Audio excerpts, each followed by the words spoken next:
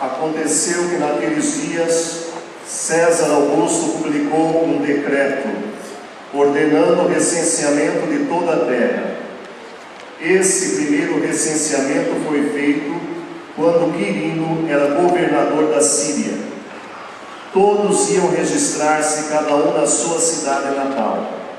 Por ser da família e descendência de Davi, José subiu da cidade de Nazaré, na Galileia, até a cidade de Davi, chamada Belém, na Judéia, para registrar-se com Maria, sua esposa, que estava grávida. Enquanto estavam em Belém, completaram-se os dias para o parto, e Maria deu à luz o seu filho primogênito. Ela o enfaixou e o colocou na manjedoura, pois não havia lugar para eles na hospedaria. Naquela região havia pastores que passavam a noite nos campos, tomando conta do seu rebanho. Um anjo do Senhor apareceu aos pastores. A glória do Senhor os envolveu em luz, e eles ficaram com muito medo. O anjo, porém, disse aos pastores: não tenhais medo, eu vos anuncio uma grande alegria, que o será para todo o povo. Hoje, na cidade de Davi, nasceu para vós um Salvador, que é o Cristo Senhor. Isto vos servirá de sinal: encontrareis um recém-nascido, envolvido em faixas e deitado numa manjedoura. E de repente juntou-se ao anjo uma multidão da corte celeste. Cantavam louvores a Deus, dizendo: glória a Deus no mais alto dos céus, e paz na terra aos homens por Ele amados. Palavra da salvação. Glória a vós, Senhor.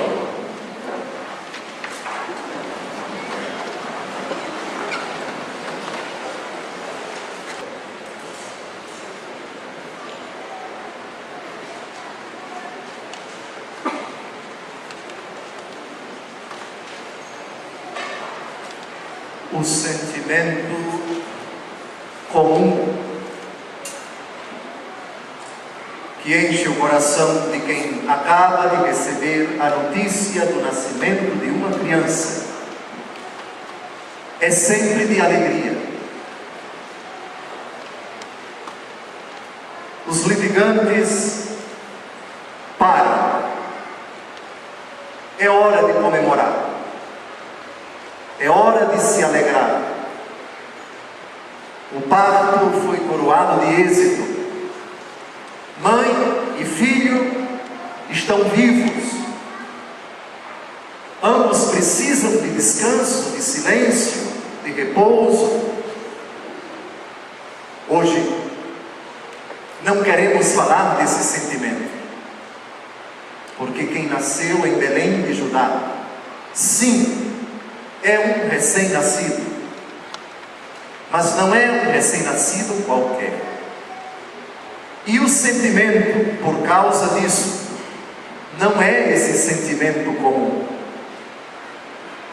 Os anjos, tranquilizando os pastores que estavam no campo pastoreando o seu rebanho, tranquilizaram-nos, dizendo: não tenhais medo, eu vos anuncio uma grande alegria, que o será para todo o povo.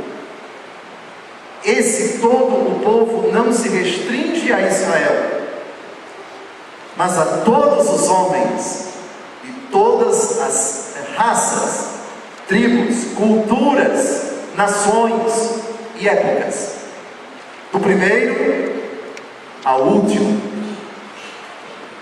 A ideia do nascimento de um Deus do ventre de uma criatura, isso é algo inaudito na história da humanidade. São muitos os aspectos do cristianismo que fazem dele uma religião diferente de todas as demais. Vejamos os pontos comuns com todas as outras religiões. A a etimologia da palavra religião, parece a mais aceita pelos etimologistas: religar. Religo, religas, religare, em latim. Ligar novamente, estabelecer vínculos rompidos entre a criatura e o transcendente. A expressão transcendente, ao longo da história da humanidade, assumiu muitas conotações. Parece que a mais antiga, fruto da invenção do homem, chamava-se politeísmo. O homem inventou a ideia de muitos deuses. O homem criou as entidades chamadas por eles de divinas, os deuses. Isso, porém, foi fruto da invenção, da imaginação dos homens. Cada povo, cada cultura tinha a sua especificidade mitológica. Aquele povo acreditava em centenas de deuses, aquele outro em milhares de deuses, aquele outro em poucos deuses, aquele outro em um Deus. Mas isso não é monoteísmo. Monoteísmo é a crença na existência de um único Deus que não foi criado por ninguém. Essa ideia é recente na história da humanidade. Nós ouvimos ainda há pouco o Frei Emídio fazer o precônio, o anúncio do Natal. E ele remonta à origem do mundo. Tudo o que nós contemplamos, essa realidade belíssima na qual estamos inseridos, chamada criação, o conjunto de criaturas, isso nunca existiu eternamente. Eternidade é uma categoria que não se enquadra nessa nossa convivência, na constatação do antes, do durante e do depois, ao que todas as criaturas do céu e da terra estão subordinadas.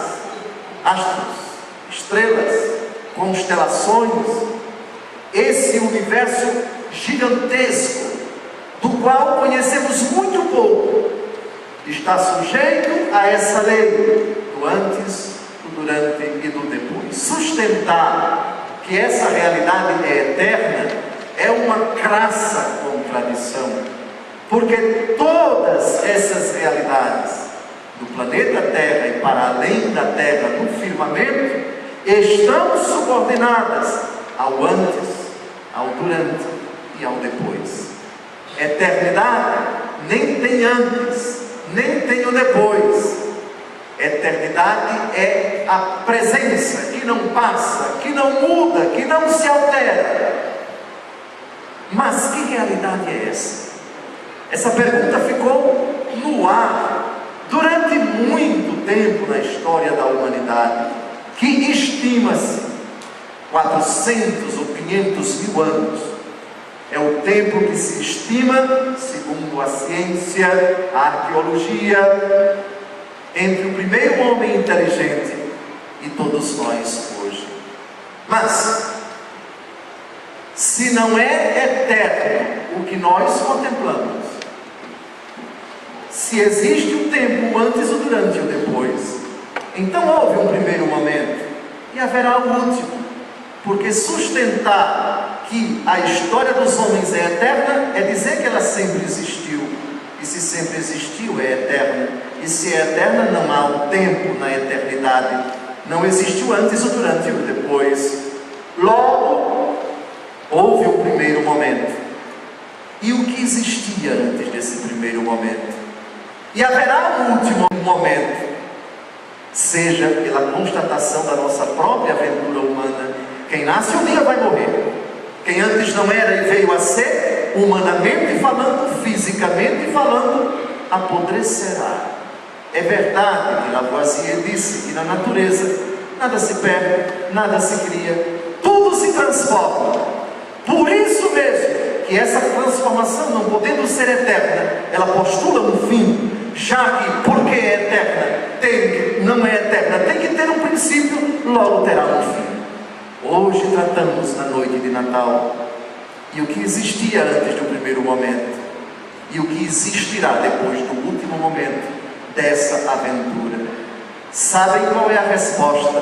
A resposta é a união da eternidade com o tempo. O eterno se une ao temporal. Mas vamos chegar lá, porque antes desta união única no ventre de uma mulher, e essa ideia é específica do cristianismo, Deus eterno se faz tempo, da forma mais surpreendente. Deus se humaniza sem deixar de ser Deus. O que aconteceu no ventre de Maria, quando ela, convidada pelo anjo para ser a mãe do Salvador, encarnou-se, é algo inaudito. A eternidade alojou-se, enquadrou-se, pequenizou-se, humanizou-se no ventre de uma mulher. Celebramos hoje não um ponto comum, celebramos hoje o que é específico do cristianismo, que o judaísmo considera loucura e que o islamismo considera uma insanidade. Perguntem a um judeu: quem nasceu da Virgem Maria? A resposta do judeu: Jesus, um judeu, um simples homem. Perguntem ao muçulmano que venera Jesus como grande profeta, que nutre por Maria Santíssima, sua mãe segundo a carne, uma grande veneração. Ela é mais citada no Alcorão do que na própria Bíblia, tão amada e tão venerada que é pelos islâmicos. Mas eles dirão: é um simples profeta, é um homem honrado, venerado, amado e querido pelo Alcorão, mas apenas um homem. Os cristãos nesta noite santa olham para a palavra de Deus e na segunda leitura diz algo que judeus consideram um absurdo, que os islâmicos consideram inaceitável. Grave os olhos na segunda leitura de hoje. Manifestou-se a bondade de Deus, nosso Salvador, e o seu amor pelos homens. Ele salvou-nos não por causa dos atos de justiça, não por causa disso. Ele se manifestou para que abandonemos a impiedade, paixões mundanas, e a viver neste mundo com equilíbrio, justiça e piedade. Agora vem a novidade, aguardando a feliz esperança e a manifestação da glória do nosso grande Deus e Salvador, Jesus Cristo. Isso é cristianismo. Isso nos diferencia dos demais quanto à essência da nossa fé. Religião não é tudo igual, não. Tem muitos pontos em comum. Os pontos em comum de todas as religiões: culto, ritos celebrativos. Toda religião tem. Doutrina, chamemos isso de dogma, ou numa linguagem mais popular, credo. E também normas de conduta, chamemos isso de mandamentos. A Igreja Católica tem culto, sacramentos, sobretudo Eucaristia. As outras religiões têm também o seu culto. As outras religiões têm sua doutrina, têm o seu corpo doutrinal, têm o seu livro sagrado, onde se encontram aquelas verdades que são reputadas intangíveis, inquebrantáveis. Nós temos a nossa. O judaísmo tem o que nós chamamos de Antigo Testamento, é a Bíblia deles. Os islâmicos têm o Alcorão. Aquela outra religião tem aquele seu livro sagrado. Nós temos Bíblia, Antigo e Novo Testamento, 73 livros. E temos também norma de conduta. O que é o bem e o que é o mal, o que é permitido, o que é proibido, o que se deve fazer, o que se deve evitar. Mandamentos. Pois bem, e a nossa doutrina tem uma essência, tem um núcleo, tem um ponto de partida, e não é uma verdade abstrata, é um fato, ou mais especificamente é uma pessoa. Jesus diz de outra forma: Deus amou tanto o mundo que enviou o seu Filho para que todo que nele crê não pereça, mas tenha a vida eterna. Celebramos hoje o nascimento segundo a carne de Deus. Deus menino, uma verdade assombrosa e espantosa. Por quê? Porque pobres criaturas que somos, sujeitas ao tempo, não temos como conceber o eterno, aquela realidade que sempre existiu. Somente à luz da fé é que essa verdade é aceita pela nossa razão.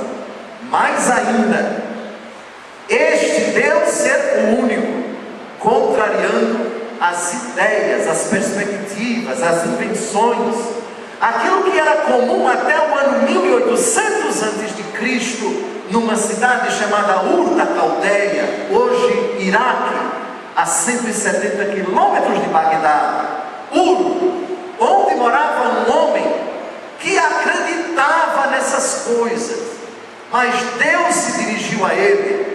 Eis a novidade, depois de ter aguardado, desde quando ele disse: faça-se a luz, a primeira criatura a existir, há bilhões e bilhões, trilhões e trilhões de anos atrás.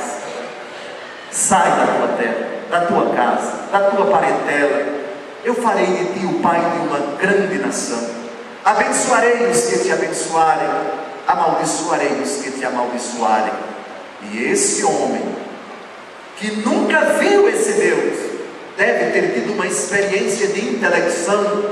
Deus deve ter falado para ele no íntimo do seu coração, talvez com algum fenômeno externo, uma voz, um som, não sabemos. E ele partiu, acreditando apenas nesse Deus que ele nunca viu. E assim, positivamente, começa uma outra etapa da história da humanidade. Mas o Natal que celebramos hoje há de ser concebido à luz de algo que Jesus veio fazer.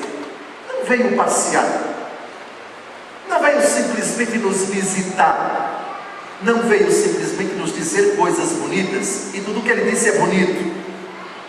A finalidade precisa de ele ter se rebaixado, de ele ter reclinado, de ele se ter debruçado sobre todos nós, está na segunda leitura de hoje. Ele se entregou por nós para nos resgatar de toda a maldade e purificar para si um povo que lhe pertença e que se dedique a praticar o bem. Então o Natal não se concebe sem a Páscoa, e ambos precisam de uma outra explicação no começo da história da humanidade. Somente à luz do que aconteceu lá atrás é que faz sentido Deus ter vindo aos homens dessa forma e ter se rebaixado tanto. Digo-vos que esse não foi o rebaixamento mais, entre aspas, infame para um Deus, humanamente falando. Deus se rebaixar a ponto de se tornar um de nós, a ponto de se sujeitar às leis da matéria, às leis do tempo, se sujeitar à convivência do homem, se sujeitar a tudo aquilo que o homem é capaz de fazer. Deus se expôs à maneira de o homem compreender as coisas, de interpretar as palavras, de deturpá-las. Deus se expôs às atitudes não muito corretas, a todas as tramas, maldades, a todos os sentimentos espúrios de inveja, de rivalidade, de maldade, de despeita, de tripudiar, de rebaixar, de perseguir, de desmoralizar, de humilhar, de matar o ser humano. Ele entrou na nossa história e se sujeitou a tudo isso. A maior humilhação ainda não foi essa foi grande demais. Deus se tornou do tamanho da cabeça de uma agulha. É o que dizem os médicos sobre o tamanho do óvulo fecundado, na hora em que o esperma do homem fecunda o sêmen da mulher. Diga-se, porém, que Jesus se encarnou no ventre de Maria sem o concurso de varão. Foi a única gravidez da história da humanidade sem o sêmen do homem. São José nem nenhum outro homem tocou na Virgem Maria. Foi uma gravidez por obra do Espírito Santo. Mas ele começou no tempo, encarnado, sem deixar de ser Deus, do tamanho da cabeça de uma agulha. A outra humilhação tremenda foi na cruz. Deus morto. Isso um judeu não aceita. Isso o islâmico não tolera. Dizer que Alá morre, Alá não morre, Alá é grande, dizem eles. Pois bem, mas aí é que está a grandeza do cristianismo. Deus é grande somente quando ele se torna pequeno. Ah, Dom José, essa é demais para mim. Como podemos conjugar dois antônimos e dizer que eles coexistem pacificamente em duas pessoas? Grande é grande, pequeno é pequeno. Aí é que está a novidade, a singularidade, a beleza do Natal e da Páscoa. Deus se fez pequeno porque ama. Deus se fez minúsculo no ventre de Maria porque nos ama. E Deus se fez infâmia no Calvário porque nos ama. Ora, voltemos agora para o livro do Gênesis, como eu disse. Se não compreendemos aquilo que nós fizemos, aquilo de que fomos constituídos, a nossa radiografia atual e a de toda a humanidade, exceção feita à Virgem Maria, o Natal não se concebe. A Páscoa é simplesmente a morte de um grande homem. E o Natal é o nascimento de uma grande figura da história da humanidade. Diga-se, porém, que Jesus é uma grande figura, mas isso é muito pouco. Isso é muito pouco para nós. Nós pecamos, nós ofendemos a Deus. Em Adão e Eva, a humanidade se afastou do seu Senhor. Arrogantemente, ela virou as costas para o seu Criador. Deus a fez a sua imagem e semelhança. O homem, a única criatura que Deus quis por si mesma, Deus disse a respeito dela: façamos o homem a nossa imagem e semelhança. Depois de ter feito todas as criaturas irracionais, sem a capacidade de pensar, de refletir sobre os seus próprios atos, sem a capacidade de amar, Deus fez uma criatura com esses poderes. Deus colocou numa criatura prerrogativas suas. Deus ama, Deus entende, Deus conhece, Deus é inteligente, Deus tem essas capacidades e concedeu à criatura humana esses poderes. Que beleza é você poder entender as coisas e as pessoas, é você memorizar, é você refletir sobre os seus próprios atos, mais ainda é você decidir e voltar atrás, e redimensionar, e aprimorar a sua conduta, e crescer nesse sentido. E a grande capacidade, essa é belíssima, amar. Não há nada mais belo, não há nada mais inaudito na aventura humana que essa palavra, que esse poder, que essa capacidade. Mas Deus colocou um limite na criatura. Você é criatura, você veio de mim. Você pode fazer tudo aqui no jardim, mas eu vou colocar um limite para você. Não coma do fruto da árvore da ciência do bem e do mal, viu? Porque no dia em que você for comer, você vai morrer. Lendo o livro do Gênesis, lá no começo, a gente é chamado logo a fazer uma pontualização. Esse livro não pode ser interpretado ao pé da letra, é uma linguagem simbólica. Não é um fruto material, maçã, pera, caju, banana. Não. É um dispositivo linguístico que quer dizer ciência do bem e do mal. É o poder que só Deus tem de dizer o que é certo e o que é errado para nós. Você não tem esse poder. Você não tem essa prerrogativa. Isso não é fruto da sua imaginação, da sua decisão. Eu não dei esse poder para você. Sou eu quem vai dizer o que é o bem e o que é o mal para você.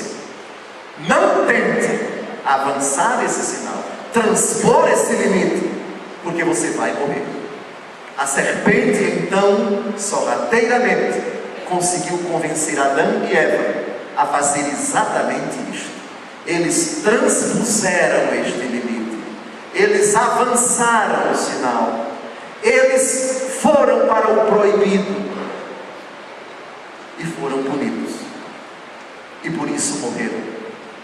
E nós, que somos solidários com Adão e com Eva, herdamos essa herança maldita. Lembra-te que és pó, e ao pó tu um dia haverás de voltar. Foi a sentença de Deus para o homem e para a mulher. Transpusemos este limite.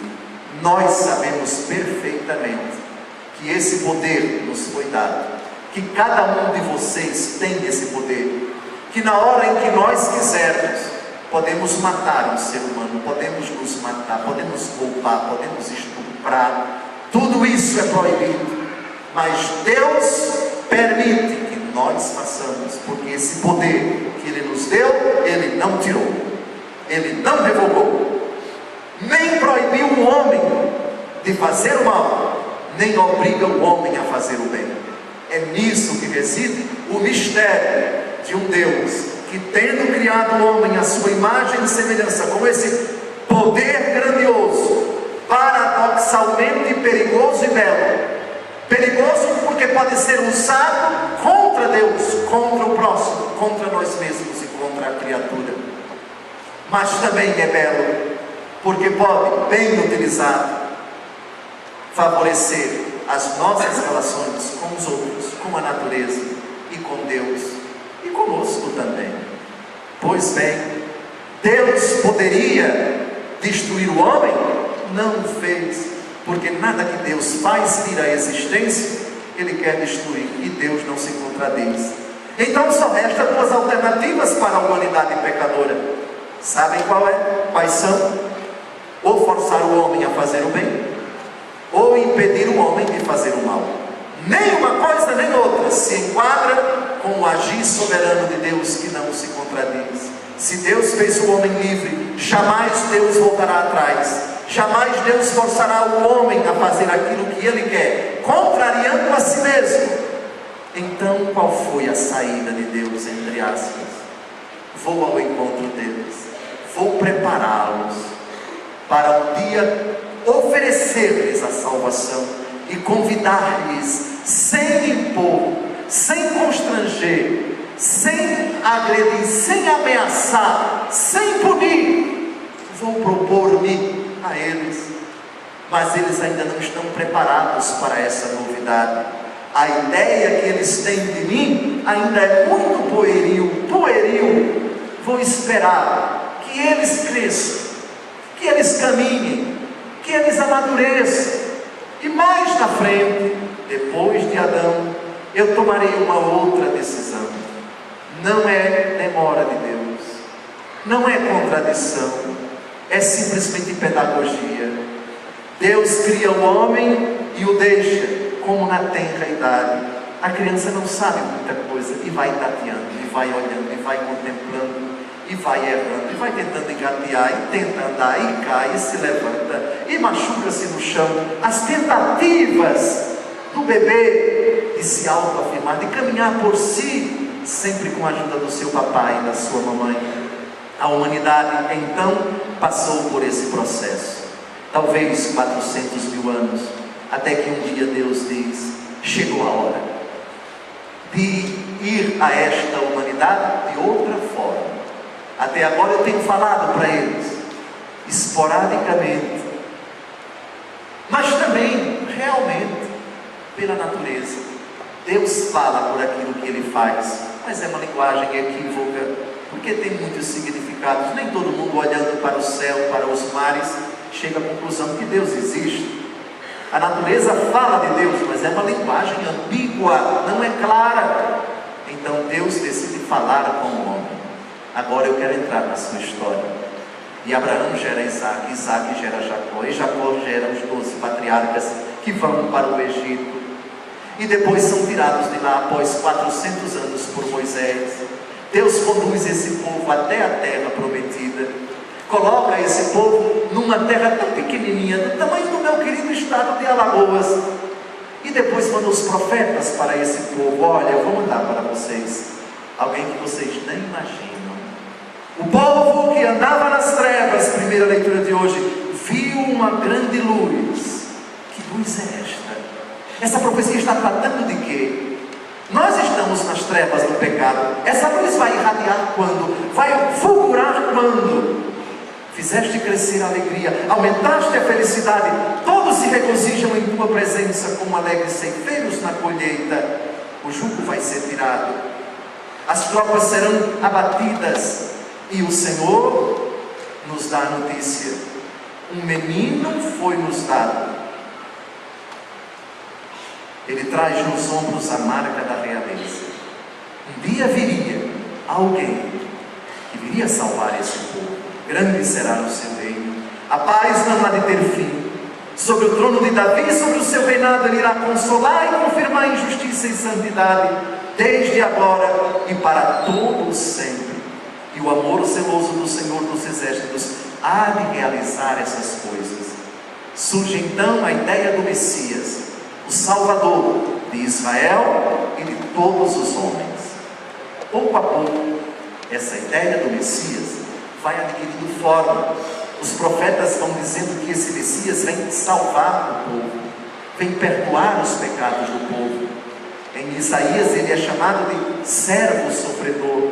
Ele sofreria por nossa causa, derramaria o seu sangue, morreria por nós, e o seu sangue derramado, essa oblação cancelaria os nossos pecados. Mas tudo ainda estava na penumbra, até que, de Isaías a Jesus, cerca de 600 anos, cumprem-se as profecias. O inaudito acontece. O mundo que andava nas trevas experimenta essa grande luz. A novidade que Deus deixara escondida até do Antigo Testamento é essa: Deus se compadeceu do seu povo e enviou o seu único Filho, Deus como Pai. E o próprio Jesus vai revelar isto, que Ele é Deus como Pai e que há uma terceira pessoa em Deus, que é o Espírito Santo. Aquele que nasceu de Maria é o Messias, é o esperado. Essa criança que acabou de nascer, daqui a 33 anos, derramará o seu sangue por todos os homens. Chegou o Salvador, quando tudo parecia perdido, quando não havia outra perspectiva para a humanidade, se não morrer, acabar e ir para o inferno.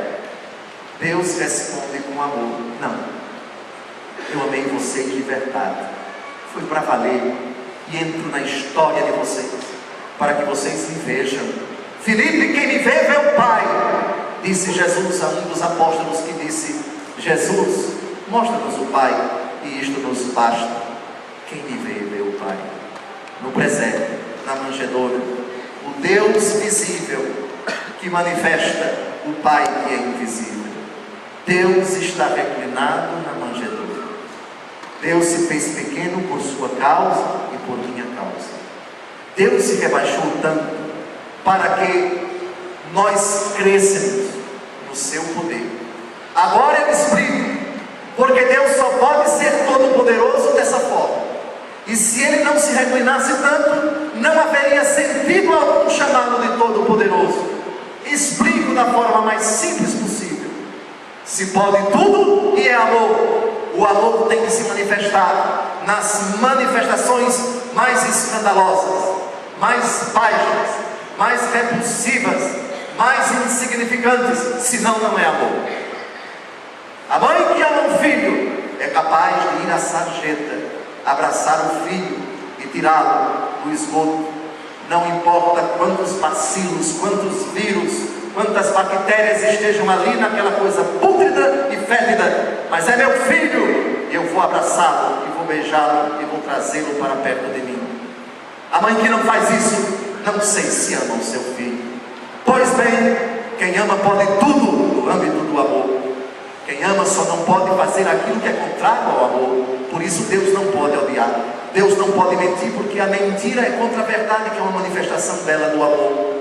Portanto, no amor, todas as manifestações possíveis, inclusive esta escandalosa, fazem sentido na ideia de um Deus todo-poderoso. Se Deus não se rebaixasse tanto, a luz da fé cristã ficaria sempre um quê uma interrogação para uma pessoa que quer acreditar em Deus: se tu podes tudo, por que tu não te rebaixas?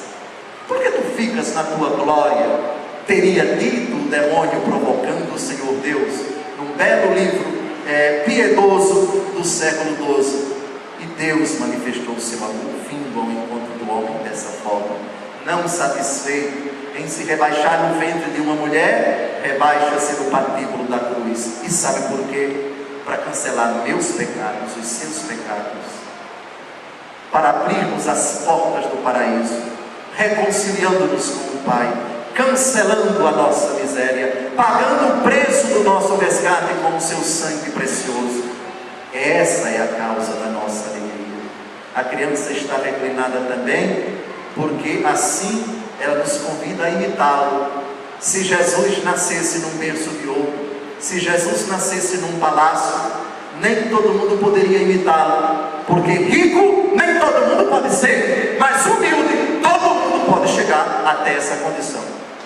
Até os mais abastados, até os mais afortunados podem se rebaixar. Por isso, o movimento ascendente, subida, somente com a graça dele. Por isso, ninguém poderia chegar ao céu se ele, que é do céu, primeiro se rebaixasse para chegar ao extremo da morte, depois da ressurreição, subir para um dia vir nos apanhar. O movimento, portanto, ascendente só com ele. E mais, primeiro tem que ser ele. Só que para ele subir, ele sendo Deus altíssimo, acima dele não tem ninguém. Por isso Deus se rebaixa. Esta é a grande manifestação do poder do Altíssimo, que não pode subir porque ele já é altíssimo. Ele se rebaixa, mas se rebaixa para subir e nos levar consigo. Eis a beleza.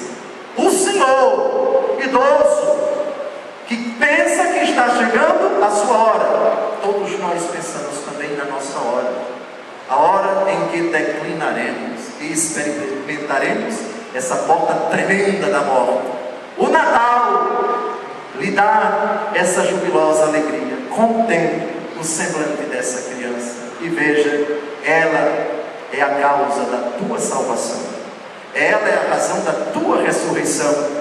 Ela um dia te acenderá, se tu fores fiel a esse Deus que se reclinou, que veio como advogado para te julgar um dia na óptica da misericórdia, mas também da justiça, para que tu tenhas acesso ao reino dos céus, para que tu não feches o teu horizonte nessa perspectiva pequena de nascer, comer, reproduzir-se, envelhecer e morrer, e acabou-se tudo. Conversa fiada, com devido respeito a quem pensa isso. O menino mostra que essa lógica acabou, que essa porta foi derrubada, que essa muralha foi implodida. A muralha da morte foi vencida por aquele que se reclinou na manjedoura. Considera também o riso inocente dessa criança. Eu te falarei de 3 palavras que essa criança evoca no dia de hoje. Ela evoca impotência, ela evoca fraqueza, ela evoca ternura, ela evoca também pureza. Fraqueza. Tu pensas que uma criança, humanamente falando, não te oferece nenhum medo? É claro que sim. Deus veio ao teu encontro impotente. Ele poderia te forçar, te ameaçar, te punir, te castigar, mas ele vem desarmado para olhar nos teus olhos e dizer: eu te amo, eu tenho um plano para a tua vida, eu tenho uma proposta para a tua existência terrena. É a minha palavra que eu deixei à minha igreja. Aceita docilmente. Eu não quero te forçar, eu quero contar contigo, eu não quero te vencer, eu quero te convencer. Há determinadas crianças que convencem as pessoas, o nascimento delas produz um arrependimento, outras nem tanto. Essa vai ser sempre a lógica, essa vai ser sempre a tática de Deus para com todos os homens. Tenta nos convencer, isto é, vencer-nos com a nossa colaboração, com a nossa docilidade. Dócil e livremente Ele quer que o acolhamos, não porém de outra forma. Depois, impotência, fraqueza. Falamos da impotência, agora eu falo da fraqueza. A criança não pode muita coisa, ela não pode segurar nada, nós é que temos que segurá-la. Deus fraco no Natal, Deus fraco no Calvário. Mas onde está a fraqueza do homem, está a força de Deus. E onde está a força de Deus, o homem considera como algo fraco.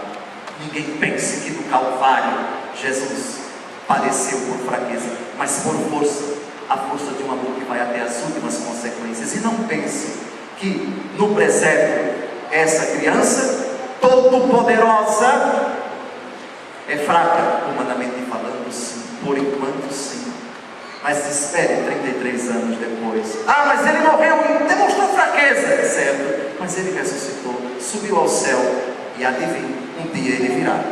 E não virá mais com fraqueza, não virá na impotência, virá com poder e glória. Feliz serás tu, se naquele grandioso dia, tendo olhado para o presépio e te convertido, tenhas procurado, ou tiveres procurado, viver na graça desse menino, na obediência à sua palavra, na docilidade ao seu espírito. Aí um dia tu compreenderás: veio o advogado, virá o juiz. Veio o doce, vem o cheio de glória, para exigir contas dos nossos atos. Veio para nos chamar, virá para nos julgar. Veio para suplicar, virá para sentenciar. Esperemos o Senhor que agora nasceu, esperemos um dia na glória, e Ele já está vindo. Seja essa nossa expectativa, como diz a segunda leitura de hoje, feliz. Que essa felicidade prorrompa sempre do nosso coração, fruto dessa certeza: o meu Senhor veio pobrezinho, pequenino, impotente, fraco, absolutamente incapaz de, sem a minha vontade, fazer alguma coisa na minha vida. Santo Agostinho diz: aquele que te criou sem ti, não poderá te salvar sem ti. Menino que não pode nada sem a ajuda dos outros, para ser amamentado, para trocar a fralda, para tomar banho, precisa sempre dos homens. Deus, que pode tudo, entrou na nossa história. Ele pode acabar com a guerra na Síria, Ele pode acabar com as injustiças no mundo, Ele pode acabar com as mazelas da humanidade, pode. Mas lembre-se, o ponto de partida do tempo dele foi pequenino, que nada podia sem a ajuda de José, sem a ajuda de Maria. Coitado, vai ter que fugir dentro de algumas horas para o Egito, porque já querem matá-lo. Um inocente, mas um inocente mataram uma criança. Que mal ela fez?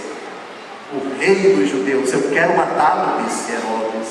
Amados, a criança reclinou-se no nosso coração. Rendamos graças porque Deus se pequenizou, Deus se fez humano, Deus se fez sorriso inocente de uma criança e vai crescer, e quer crescer em nós. Lucas 2,51: o menino crescia em sabedoria, estatura e graça diante de Deus e dos homens. Projetemos isso em âmbito pessoal, familiar, comunitário, nacional e mundial. O menino crescia pela fé, Cristo sendo acolhido, Cristo sendo crido, Cristo sendo adorado, Cristo sendo proclamado, e os seus valores alicerçados na nossa sociedade. Acreditamos que ele se torna cada vez mais poderoso, que o sorriso ingênuo e doce dessa criança é muito mais forte do que muitos pensam, é onipotente, é capaz de transformar o mundo. Reclinemo-nos sobre a manjedoura, adoremos o Senhor com Maria, José, com os pastores, com os anjos, com os magos do Oriente, e renovemos a nossa fé. Louvado seja o nosso Deus, que se compadeceu da nossa miséria, que veio ao nosso encontro, Deus Salvador, em cujas veias inocentes, puras, cândidas, corre o sangue que um dia verterá na cruz, causa do nosso resgate, razão de nossa redenção. Louvado seja nosso Senhor Jesus Cristo.